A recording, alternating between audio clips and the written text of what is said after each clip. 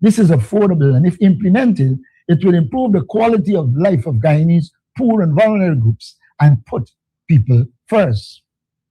The pledge pension was increased by $5,000 to only $46,000 per month, even though President Ali himself promised Guyanese pensioners $60,000 per month. The government should honor the President's promise to the people of Guyana, even though it is less than the 100,000 APNU promised in its manifesto. People on public assistance are easily categorized as vulnerable people. How we treat the most vulnerable among us is a measure of our compassion.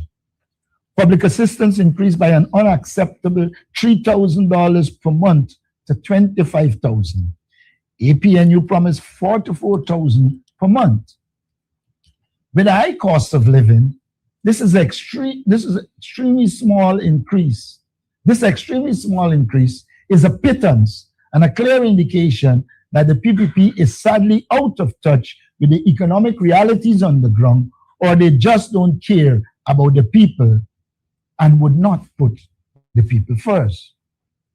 Pathway workers will receive $50,000 monthly, only $10,000 more per month, and no hope for a living wage for the abuse they suffer at the hands of PPPC. In our manifesto, APNU promised the same $10,000 increase, but we added other meaningful benefits of skills training and full-time jobs to these pathway workers. APNU is always key to offer dignity to our citizens, not domination and control. The undignified election gimmick of a $200,000 cash transfer was drastically cut to only $10,000 by the PPPC. In our manifesto, APNU offered $100,000 annually. The PPPC clearly is disrespectful to the Guyanese people and is not willing to put the people first. And even the increase of the income tax threshold by $10,000 is a joke that many Guyanese cannot afford to laugh at. It pains Guyanese. The PPPC budget measures above total approximately $78 billion. When compared to the total budget of $1.558 trillion, they are a stingy 5%. If we compare all the other so-called fiscal empowerment programs, which the PPP says total $100 billion, they are only 6.4% of the $1.558 trillion budget. Less than 7 cents of every budget dollar go to the people. Clearly, this is not putting people first. The question remains, who are the people that they are putting first? It reeks of families, friends, and favorites. This approach ensures continuing poverty. As it relates to poverty and improving living conditions, there's a paltry $100 million hidden in the budget under the Ministry of Finance, I quote, to improve living conditions to the most vulnerable groups through community development programs and projects. Please note, this is for all 10 administrative regions. Interestingly, the men on mission will get 900,000 or 900 million, which is 9 times the amount allocated to the vulnerable in Guyana. This cannot improve the lives of the vulnerable, much less contribute to poverty reduction. It is ridiculous, unconscionable, and unacceptable in Guyana, where more than 50% of the population live in poverty. Poverty reduction should have been one of the critical pillars of the budget if the government was serious about putting people first. In the absence of poverty reduction measures, the 2026 budget fails to deal with the critical issue of poverty reduction and ultimately poverty elimination. We demand an immediate forensic audit of the allocations for the Men on Mission program, which is coming over as another slush fund for corruption and wastage of taxpayers' money. Is this one of the hiding places for giving more funds to the elite, their families, their friends, and their favorites? The insignificant increases mentioned before must be taken against the backdrop of the high cost of living. Notably absent from this budget are measures to reduce the high cost of living. We argue in putting people first, the budget must seek to reduce poverty. It has little or no measures to do so. Incidentally, putting people first appears only once in the budget, whereas infrastructure is referred to over 30 times. This underscores the government's real priorities, making the rich richer and the poor poorer. Any budget that puts people first would have meaningful measures that benefit and empower people. We hope that the PPPC would continue borrowing or stealing ideas from our manifesto and make adequate provisions, especially in areas such as increased salaries and poverty alleviation.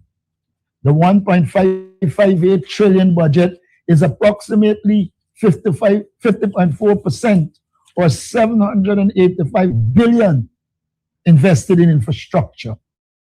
However, most of it is for continuation and maintenance of prior projects. We maintain our estimate that no less than $235.5 billion or no less than 30% of the infrastructure budget will be lost to corruption. Interestingly, infrastructure was mentioned more than 30 times while putting people first only once. I repeat that for emphasis. Also, note the projected waste of $235.04 billion is 234 times the 100 billion the PPP has set aside. 2.35 times the 100 billion dollars the PPPC has set aside for its so-called Putting People First program. If corruption and wastage were targeted, the people of Guyana will get far more direct income. Ashni Singh mentioned high cost of living, but did not identify enough people first measures to mitigate it. He mentioned mitigating the cost of fuel, freight charges, and setting aside $9 billion to ease costs of living. There are no details on this program. If the cash transfers are $60 billion, but should have been $120 billion, were it not an election gimmick, then the $9 billion figure is $51 billion short of the promise.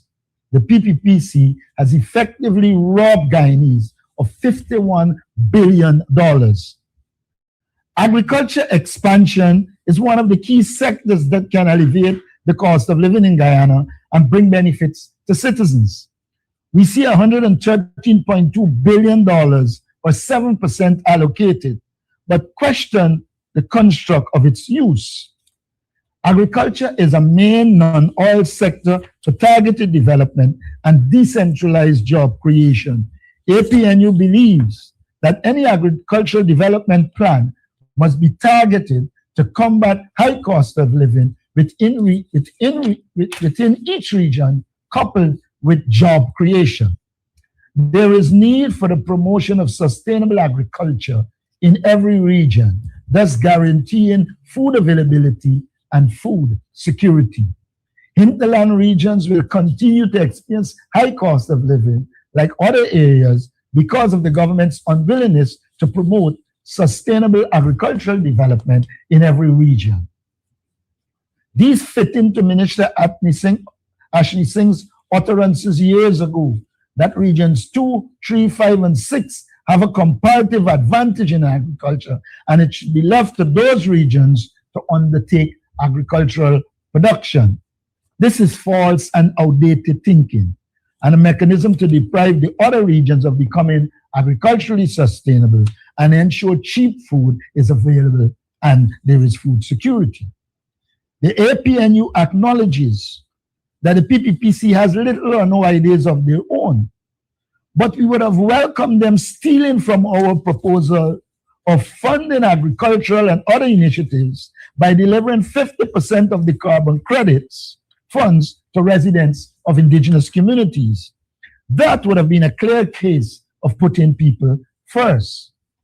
While the government is stingy on money for poverty reduction, in 2025, the government budgeted $786 billion for refreshments and meals, but ended up spending $913 million.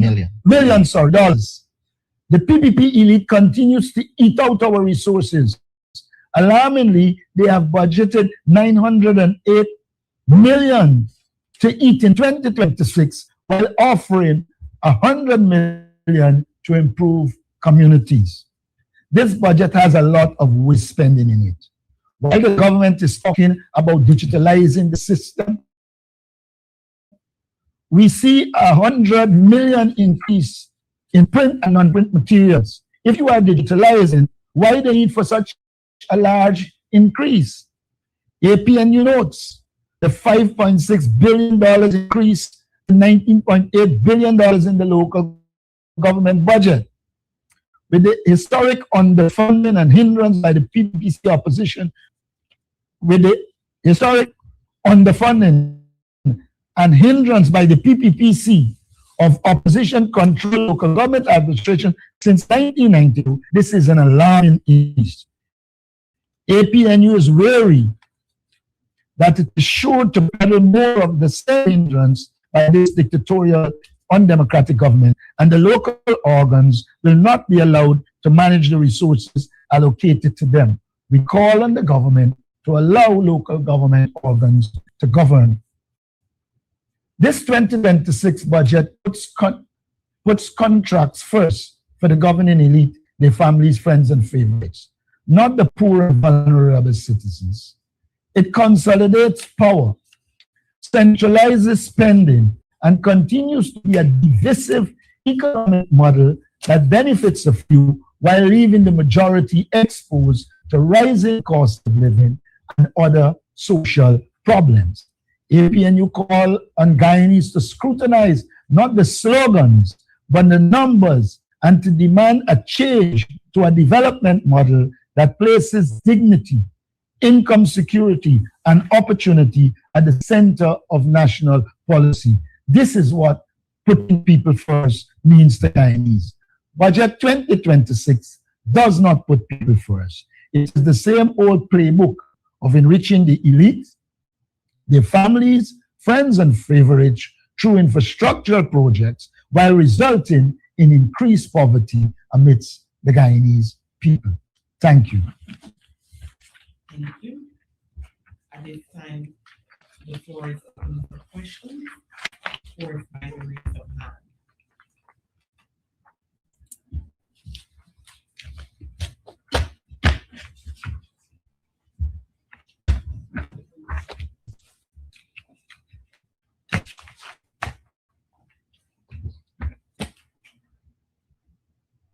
Sorry, I didn't hear clearly, so I'm Marsha from News Source. Are you saying that it's now open for questions? Yes, Ms. Marsha. Good day. Mr. Bernard, you mentioned that 58.40% of the budget has been allocated to infrastructure development, and you're alleging that a lot of this money would help, in a sense, to fuel corruption. You also spoke about the need for anti-corruption measures. Aside from increasing the salaries, you propose a 25% wage increase. What measures you think ought to be in place to, even as the government rules on these infrastructure projects, should be in place to cut, to reduce corruption in the country, whether it's in infrastructure sector, or corruption across the board? How should government go about tackling corruption? That's one. What are some of the cost of living measures ought to have been put in place? Aside from increasing salaries, what could be done to really bring down the cost of living, the cost of food? Those two for now. Okay, on the last one, I can say to you, if you go to my last two budget presentations, I've outlined a number of measures to reduce, to improve the quality of life of the people. almost immediately you can see if more resources were put into cash transfer, that will contribute. If more in terms of resources were given to children, we also recommended in one of our presentations that the government needs to establish a school transportation system that allows children to go to school free of cost. It will immediately remove the cost to parents, and it will impact in a positive way. We also said that you can help with the cost of living. I'm talking about direct help by providing the children with 2 square meals, 2 hot meals, which would mean Monday to Friday, children will not have to get money or food or whatever for school. And that will impact in a direct way. We also said that we would have raised the minimum wage much higher so that it would have directly impact people, and it would have meant they will have more resources to purchase the things they need to purchase, and therefore impact the cost of living. Of course, that had to go with our proposal for sustainable agriculture in the regions so that the foods are produced there, the quantities are increased, and therefore contributing to bringing down the price. Now, as it relates to reducing corruption, there are many measures that can be taken to reduce corruption. First, ensure that the procurement commission operates in keeping with the law.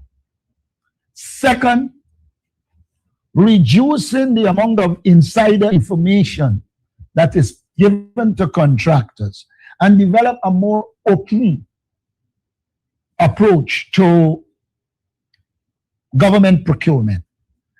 Allowing the appeal mechanism of the procurement system to work independently of government so that it will be exposed if they do anything to the contrary.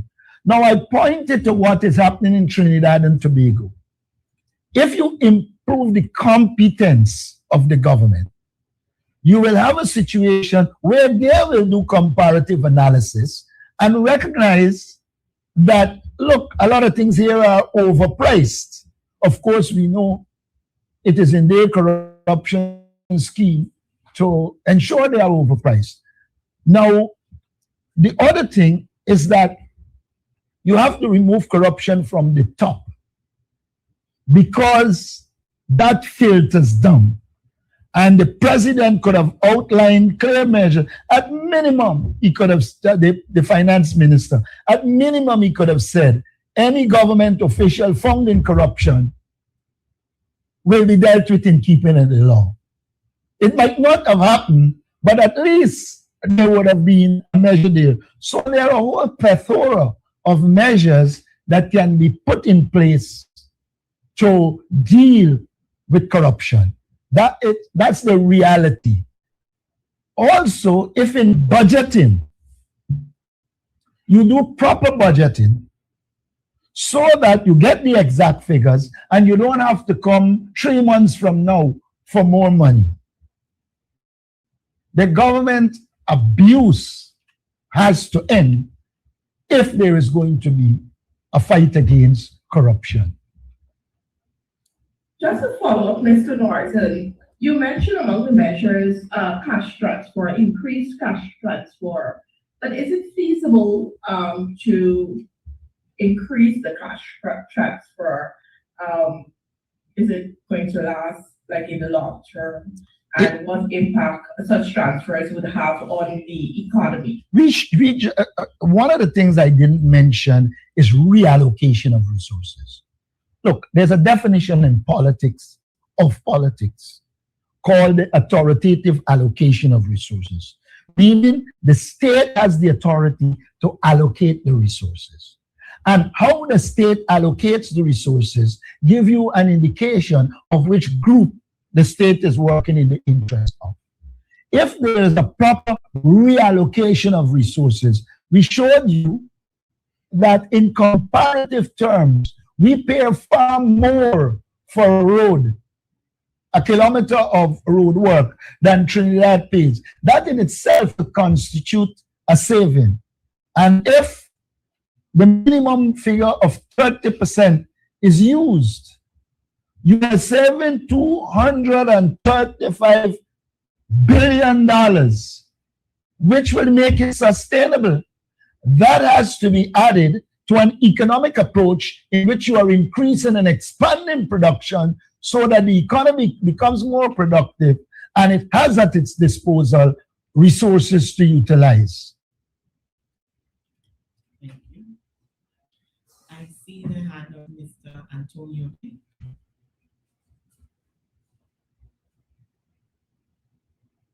Good morning, everyone.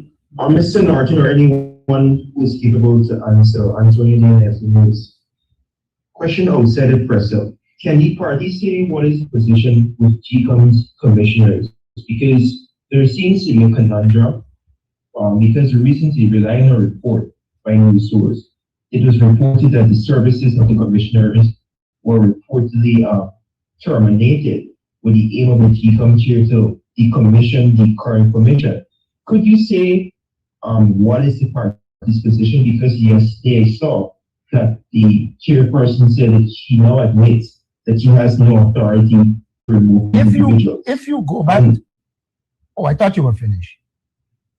And secondly, what is your party's position on the collective labor agreement between Aurora Gold Mines and NACI in the wake of the circumstances? All right. Now let me answer the first one last. I didn't look at the collective agreement. I don't know if any on the panel did, so I don't want to venture into an area that I didn't. Now, as it relates to GCOM, when the chairman of the commission spoke the first time, I said at our press conference that she has no authority, that it's a permanent commission, and that unless there's a change in the law, not one of the commissioners could be removed. Look, Guyana arrived at a permanent commission after years of wrangling. I recall the PNC was one at the time pointing out the dangers of a permanent commission while acknowledging the positives. And so you have a change in the dynamics, but the law hasn't changed. And insofar as the law hasn't changed, then there is nothing that the chairman could have done. I thought as an opposition party, what Win would have done was to engage us in consultation so that we could deal with the issue and point out to him and his team that it is the law. I think it doesn't look well if you as an opposition run to GCOM for GCOM to tell you we can't do anything. It shows you are not doing your homework. You might be obsessed with getting rid of those who were appointed before, but you need to do your homework so that you can deal with the issue properly. The reality is it's a permanent commission, and unless there's a change of law, those commissions will remain there. And I just want to add to that answer and say that Vincent Alexander was nominated by the PNC. Charles Corbin was nominated by the PNC, and Desmond Trotman was nominated by the APNU AFC. We would recall that Vincent Alexander and Charles Corbin were nominated when the PNC was in opposition, and Desmond Trotman was nominated when we were in government. And their appointment, they cannot be removed by those very parties who nominated them. And that is an important point to note. And I think there is a commissioner or two from the PPP side, that were claimed to be from the PPP side that were nominated when the PPP was in opposition. The point I'm making is that when these nominations are made and they're appointed, they serve at the behest of the people of Guyana, really, not necessarily to a political party. Because the political party, after making a nomination, no longer have that leverage or that claim to remove. Thank you. If I could just add as well, that the issue of appointments by the leader of the opposition is not limited to the opposition commissioners. It's also well known that the chairperson of GCOM is appointed by the president after when he chooses from a list of 6 nominees that are provided to him by the leader of the opposition. And I find it curious that only the issue of the opposition commissioners has come up in the public, since the appointment of the leader of the opposition. Nothing has been heard about the chairperson of GCOM. And I would venture a little further to say that if I have to identify a problem at GCOM, I will first identify the chairperson as the source of most of the problems rather than the opposition commissioners. In fact, it is instructive that you go after the commissioners who have been fighting for changing the electoral system and leave the chairman who has been voting with the PPP. It is indicative of the fact that you support what is happening, and that is unfortunate. So, Mr. Norton, or anyone at the table, just to follow up, you're saying that it is indicative that the current leader of the opposition consult with the opposition parties so that we can be able to forge ahead as a resolution? What I said, were he an astute politician and he was properly advised, rather than run in the public and say, Alexander then must go, and then run to GCOM, he would have engaged. Let us have an understanding of the law and let's work out if change is to occur, how it will occur. But as it presently is, you cannot make the change, any change, unless the law changes. And all the chairman said was that she couldn't. But recall that the chairman, without paying attention to the law, again, it's unfortunate, actually claimed to decommission the commission. And then I pointed out in a press conference that if she does that, she's decommissioning herself. And like I said, I find it strange that members of the opposition would target the commissioners, like Dr. Campbell said, without targeting the source of the problem, a chairman who votes every time with the government. It tells you a lot about the direction they're going. Thank you. The floor is still open for questions. Mr. Norton, I know you referenced to what is stated in law and in the Constitution with regards to whether the commissioners could be removed like that. But have you been in a discussion? Have you spoken to those 3 commissioners to have an understanding of if there's a willingness on any of their part to step down, given the change in the political layout on the opposition side in Parliament? I saw no need to do that. In fact, if somebody goes out and say they have to move without even engaging them, why would I go down that road? I believe the law is clear. The commissioners are within their right to stay there. And I support them until probably there's a change in law. Svetlana, and the leader he remembers historical events with much greater clarity and accuracy than I do. But at one point, there was a call for Commissioner Alexander to resign as commissioner. And at the time, he made a public statement that he was not there to serve any political party. But once he appointed, he represented the opposition in its entirety. And that is a fact. One of the arguments made at the time of establishing a permanent commission is that they should represent the opposition and not a political party. Thank you. The floor is still open for about 2. Okay, I'll go again. With respect to Region 10, you see, well, we heard from the Minister of Local Government, and she said, according to the laws governing the election at the level of the council, there's no role for her. She cannot intervene in the election of the chairman or vice chairman. And we've seen also the lack or refusal of the clerk of council to reconvene a meeting. Could you say what has been done to the level of the Partnership for National Unity to maybe have this issue resolved? We saw that when and its supporters have been protesting, I think, for the past 2 days. What has been done by Apnu? Apnu did what it had to do, declare that it is disposed to contest in the election whenever it is called.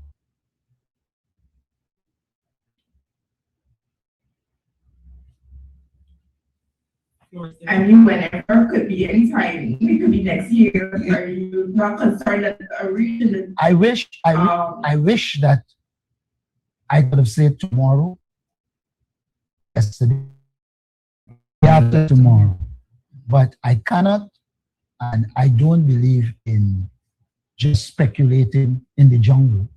I don't even know what you're looking for. Thank you. Let me answer this way. The impasse is as a result of a tie between the two parties, APNU and AFC. Sorry, not AFC, when. Have the two parties met since to maybe hammer out an agreement as to how they will share maybe chairman and vice chairman position? Any discussion along that? Ensure that whenever meeting is called again, What I can there is not what I can say to you from the time the situation emerged, personally, in fact, that was the first time I engaged with him. I engaged, and we were told in no uncertain terms that there's going to be a discussion. We will do what we have to do in Lynn, and this is meaning win. So after that, it is politics for me. Thank you. I see that. All right, 1 second. I recognize the hand of Mr. Mark Benchcock. Hi, thank you, and good morning, everyone. 1 second. I recognize my question is about the lack of any sort of interest to investigate serious allegations with regards to police recruits being sexually molested, and also the lack of energy on the part of the government on having an independent probe, a proper independent probe in the suicide of that young lady at the Georgetown Public Hospital. My final question is directed to Dr. Campbell, as it pertains to, I know Mr. Aubrey Norton addressed this, but I'd like to hear Dr. Campbell's position on the weakness and the fakeness, so to speak, of this so-called $1.5 trillion budget that offers nothing for the ordinary people, but just hand out a little crumbs, increase of pensions and so forth, and billions of dollars being pumped into the ISUCO. Thank you. As it relates to the sexual molestation and the independent probe into the suicide at GPHC, I don't think you can expect one. When a government is engaged in the level of corruption it is engaged in, it is very difficult for such a government to investigate any crime. It would open the flood doors for the investigation into what Sue said. it would open the floodgates into the investigation in the death of paper shots. But the government cannot afford that type of investigation because in some regard it is complicit. And so I don't anticipate there is going to be any investigation. I've said before, these things will build up and the time will come when the people of Guyana will act. What we have to do is work to ensure that the people of Guyana act on these things because it's the only way you're going to get any change. Mark, before Dr. Campbell go to the other question, this particular issue regarding police recruits being allegedly sexually molested, it's a sensitive matter also, and it requires, of course, the persons making the allegations to come forward and provide the necessary information to substantiate the claim. I can tell you that we support an investigation. We support the need for an independent investigation, and we're well aware as to police brutality at the level of the training school. And we also are aware that the powers that be in the police force sometimes try their best to hide down and try to cover for senior officers, which is not what's supposed to happen. And it's a very serious matter. We have been paying attention to what is being released, especially from Vic Smith Newswatch, who seems to have close connections and ties to the Guyana Police Force in terms of releasing these information, and we welcome it. And we do support the need for the investigation, but the support that the complainants, the support that the young ladies will need is something that also has to be looked at, and we cannot rule out that they may very well be under pressure too. It will call for real strength from them to maintain their stance, maintain their position, and get the protection from the state. I trust the Ministry of Human Services and Social Security will also play a role in providing the kind of counseling, guidance, and intervention that is necessary to address what seems to be a scorn right now at the Guyana Police Force. Also with the divisions at the top of the Guyana Police Force, it's going to be very difficult for the police. That's why it has to be an independent investigation. Because from the information I am having, you have a commissioner who's supposed to be running the police force, but other people running it, taking instructions from others. And so you don't have a proper centralized command that can deal with those issues. What happens if the persons that are accused are in good stead with the political elite? Then right away, nobody budging.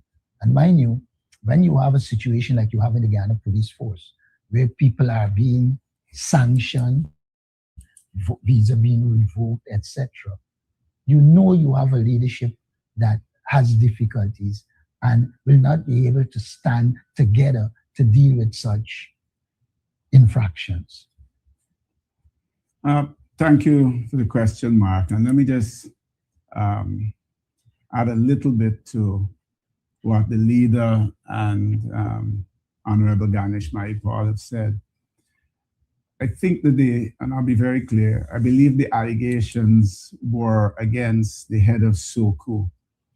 And this is not a gentleman against whom allegations, new to allegations of improper conduct. I myself suffered surveillance at the hands of SOCU in or around February last year. Mr. Karen Bash is such a powerful person in the police force. I think that with the allegations against him, he should step aside to facilitate an independent investigation. And if he doesn't voluntarily step aside, he should be asked to step aside. Decency, civility, and good governance in this country requires this. In addition, the to the call for an independent investigation. I think it should be led by competent investigators who are brought in from some acceptable external agency. Moving to your question about the budget. My sense is that with the budget, normally you start with a goal. What is the goal that you want to achieve? The goal at the start of this budget was infrastructure.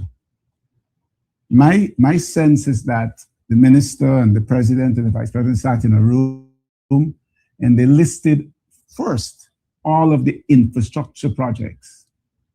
They listed the projects that were likely go to, and very important in those projects, the projects that were going to go to friends, family, and favorites, dredging the Barbies and the Demerara bridges. Having set out the infrastructure budget, and that took up 50% of, well, at that point, they would not have known exactly. They would have known what percentage of the revenues it would take up coming from oil and LCDS and tax revenues. But then they found themselves in a conundrum, and this has led to the biggest budget deficit ever at $450 billion. In that budget, as you pointed out, there is another $13 billion for GCOM. And let me say again that the APNU had a plan to strengthen and diversify GCOM into agro-processing, into housing, and so on, so as to reduce the drain on the treasury. What we have seen within recent times, and I will speak about this because sometimes these things happen and the Guyanese people really don't understand what is happening. I'm yet to receive an explanation as to why the GCOM should have they're talking about value added in so many different sectors. They're talking about value added in gold jewelry. They're talking about value added in furniture. Why not value added in sugar for GCOM? No, instead the deal is being done by a friend of the administration. So this government has no intention of putting the people first. It was infrastructure and then just marginal incremental increases in terms of income and in terms of poverty alleviation. Additionally, there is one other, we haven't brought it up in this press conference so far, but there is one other significant imbalance, and that is the regional imbalance, and I will keep pushing this. In Region 6, if I remember well, there is going to be a new regional airport. There is an ophthalmology institute.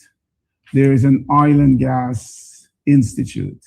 There is an hospitality institute. There is a new gas pipeline that's coming to Region 6.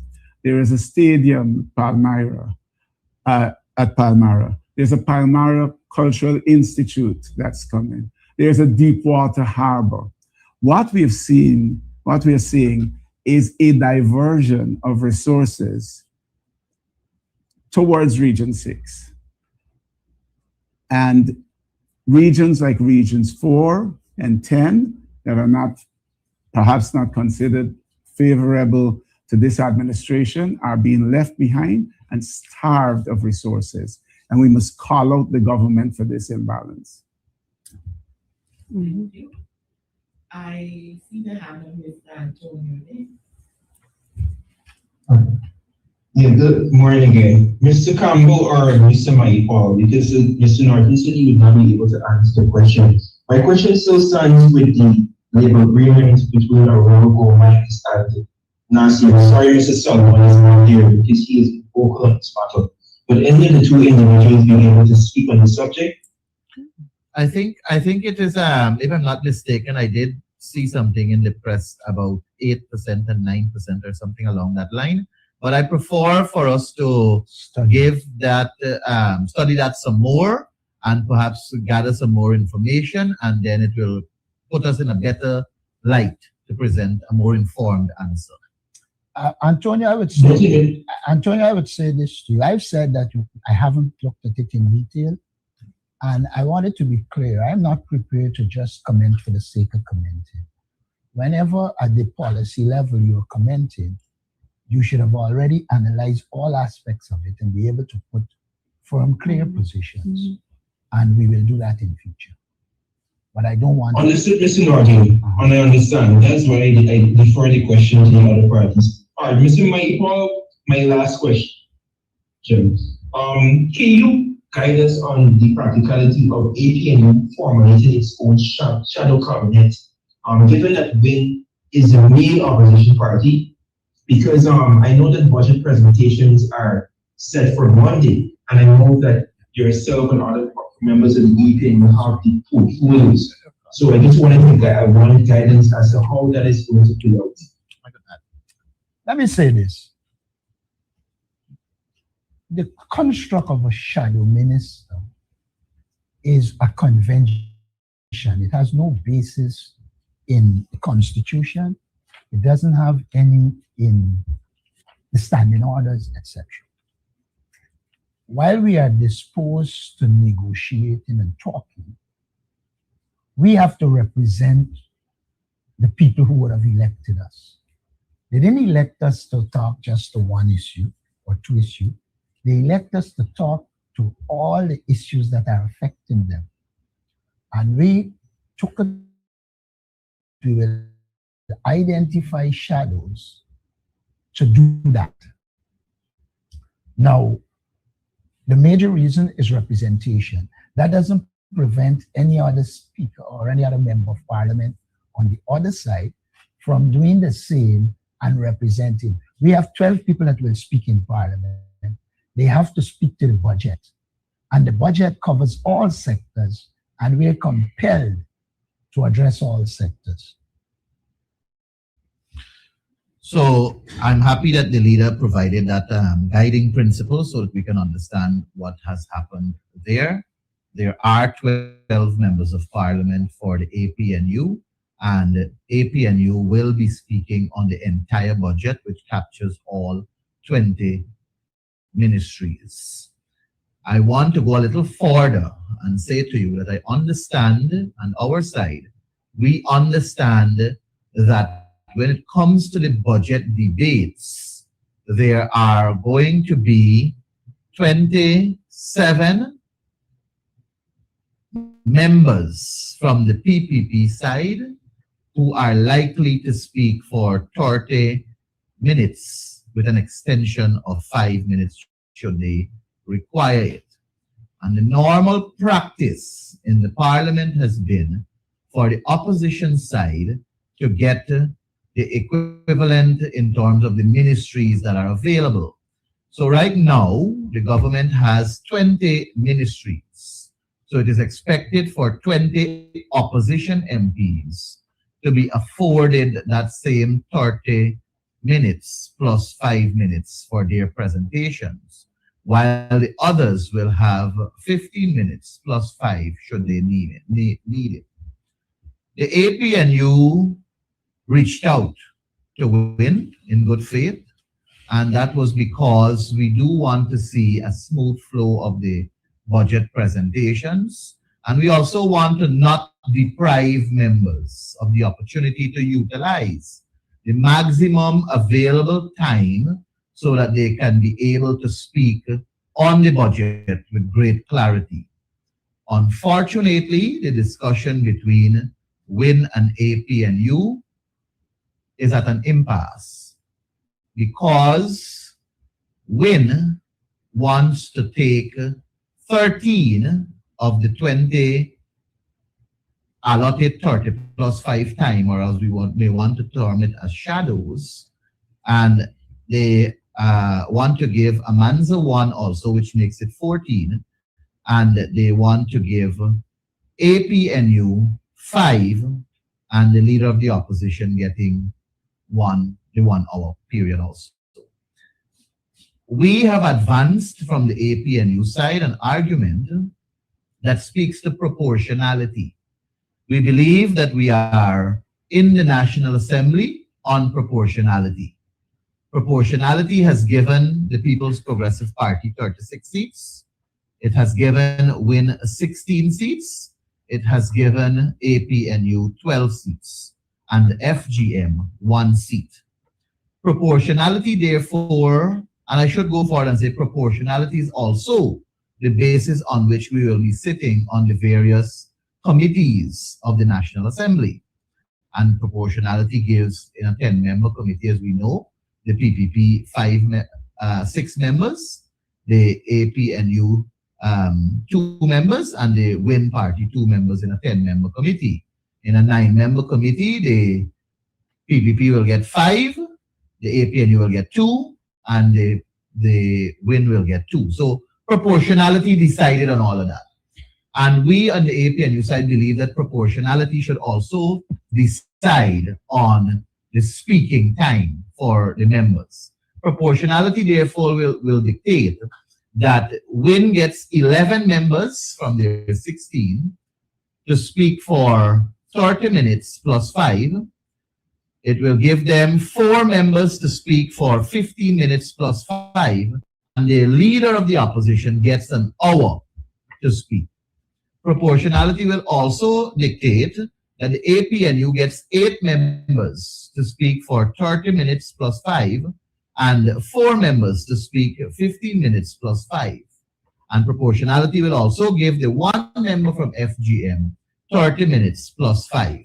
Because according to proportionality, FGM gets 1, APNU gets 8, and WIN gets 11. That's going to give you the 20 ministries to cover in budget presentation for 30 plus 5. Unfortunately, WIN has signaled their non-cooperation towards that, and we are at an impasse. I am guided, having communicated with the Chief Whip of the People's Progressive Party, Gail Teixeira, that no list has been submitted to her as yet from the opposition with reference to the order of speaking nor the time allocated for speaking. I have, however, indicated to her that our list of speakers will be submitted to her by the end of today should nothing come out from WIN reference to this negotiation. But we cannot want to have a unified opposition and cooperation through bullyism. Proportionality is what has us, proportionality is what has us in Parliament, and that is what we should operate on as the principle for us to be equally represented or equitably represented in the National Assembly. I trust that answers your question in detail. Yanis, if I could just add one thing there, that the initial proposal contained an error of either 19 ministries or a misunderstanding of the role of the leader of the opposition, that he did not count as a shadow minister. When we were from 5 with 13, and so assumptions side was that the leader of the opposition was counted in that shadow ministry. On final question coming from the top is off of the network, but I have a question. Why did you detect the LinkedIn quality role?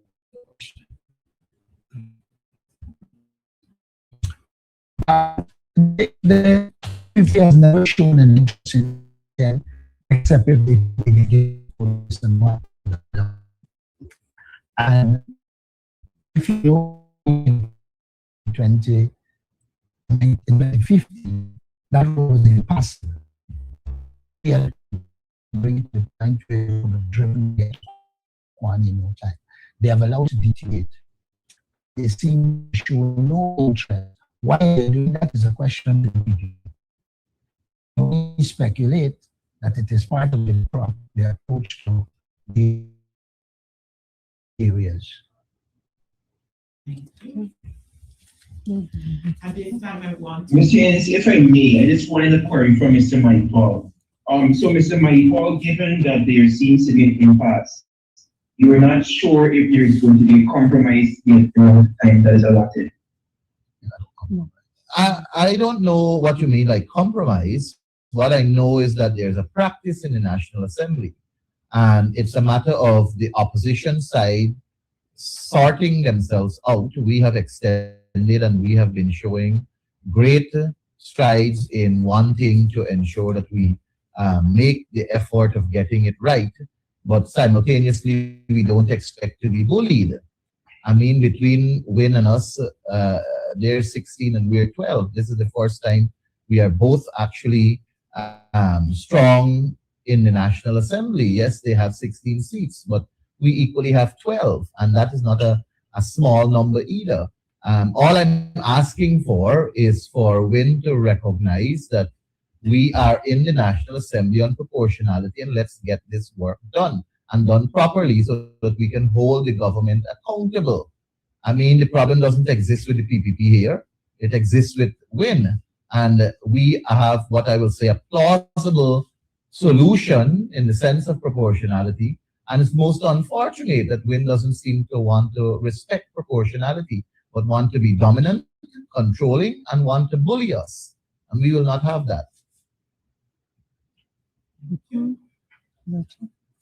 At this time, I would like to thank our media personnel for joining today's press conference, and of course, you, our viewing audience, and all the social media platforms. And I do hope that you have a wonderful weekend as we come to the end of January. And we look forward to see you in the month of February. Do have a wonderful afternoon.